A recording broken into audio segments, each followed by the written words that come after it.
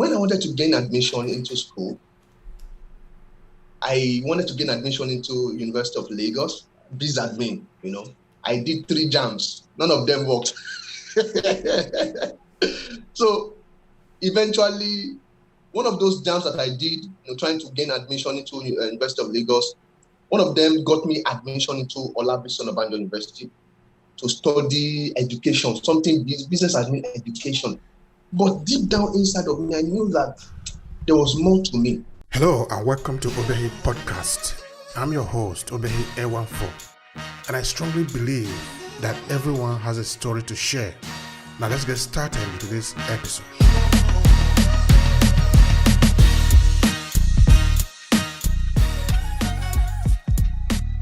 I knew that something had to do with my area, my calling had to do with something related to finance.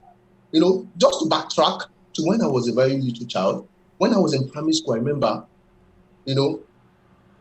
I would have my siblings and then the children of my family friends, as in the children of some of my family friends, we were about 5 or 6 or 7 that would come back from school together.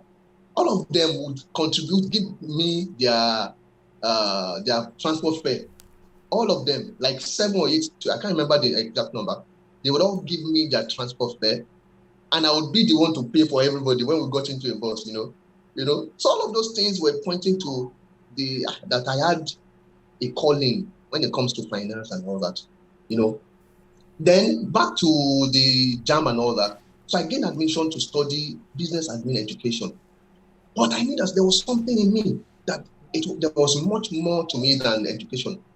So to cut the long story, I decided to rewrite JAM. So I rewrote JAM, and God helped me, and I passed, and I gained admission to study in the same university, Obehi University. I gained admission to study, economics. So I was supposed to be on 200 level, but I had to go back to 100 level, to start from economics. But I was fulfilled. I knew that was my area. So then, years and years later, when I was doing those HR courses, HR trainings and all that, something inside me kept saying that it's finance.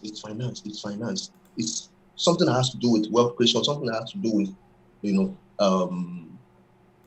something that has to do with, money management and all that. Because while I was doing those trainings, I wasn't fulfilled. There was this vacuum inside of me that, was propelling me towards, that area of finance. And I believe that it was that vacuum, it was that attraction, that magnetic force that propelled my mentor to beckon on me to come and have a word with him.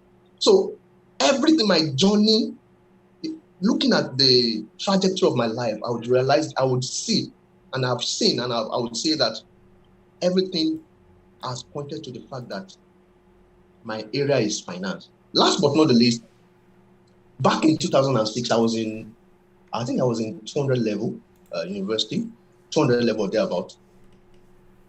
I read a lot. I do a lot of study. I do a lot of research, even back then.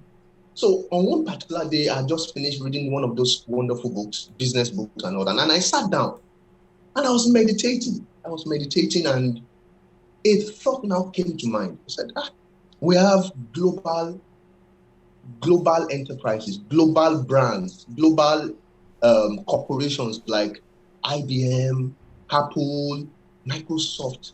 Can't we have global entities started by Nigerians, run by Nigerians?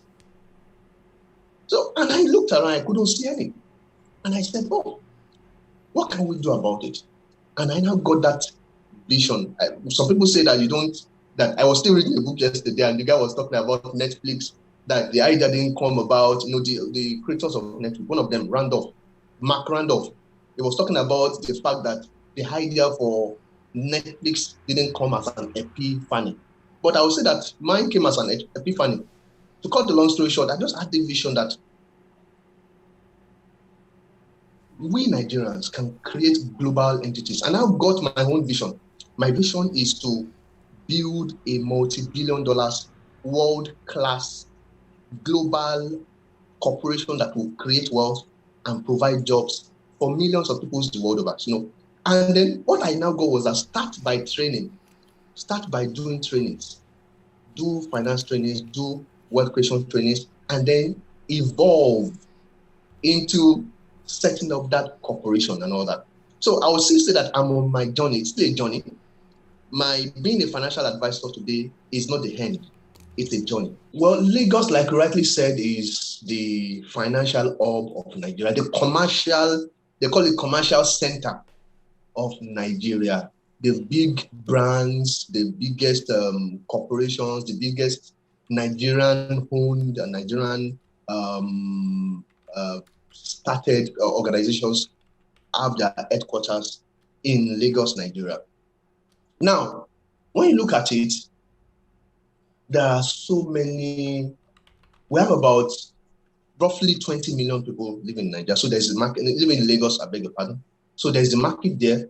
So a lot of people are targeting, a lot of organizations, a lot of corporations are targeting many of these people. So generally speaking, I would say that, let me narrow it down to household income. I want to make it micro, not macro. Macro level, I would say that because of the post-COVID stuff, a lot of government parastatals have had their challenges and all that. Even the federal government is having its challenge, but I don't want to talk about that at the moment. I want to focus on the household income, household level, the micro level. So a lot of households have been battered, honestly, when it comes to their income. The inflation rate has eaten deep into their income, and then the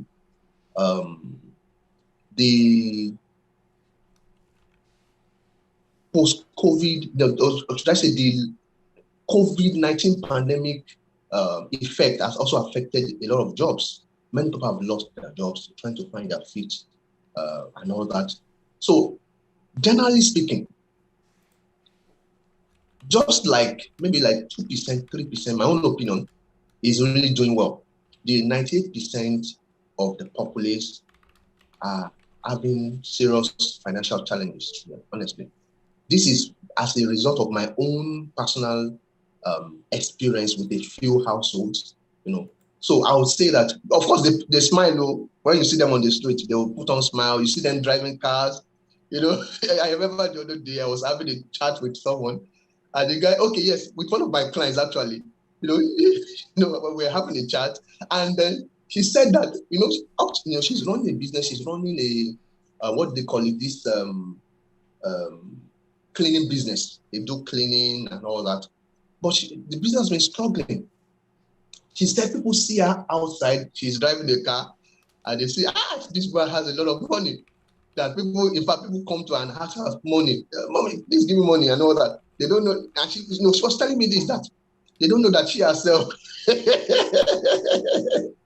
she's trusting God for money, So that you see people driving big cars doesn't mean that their bank account is fat, There's a lot of show-off out there. People try to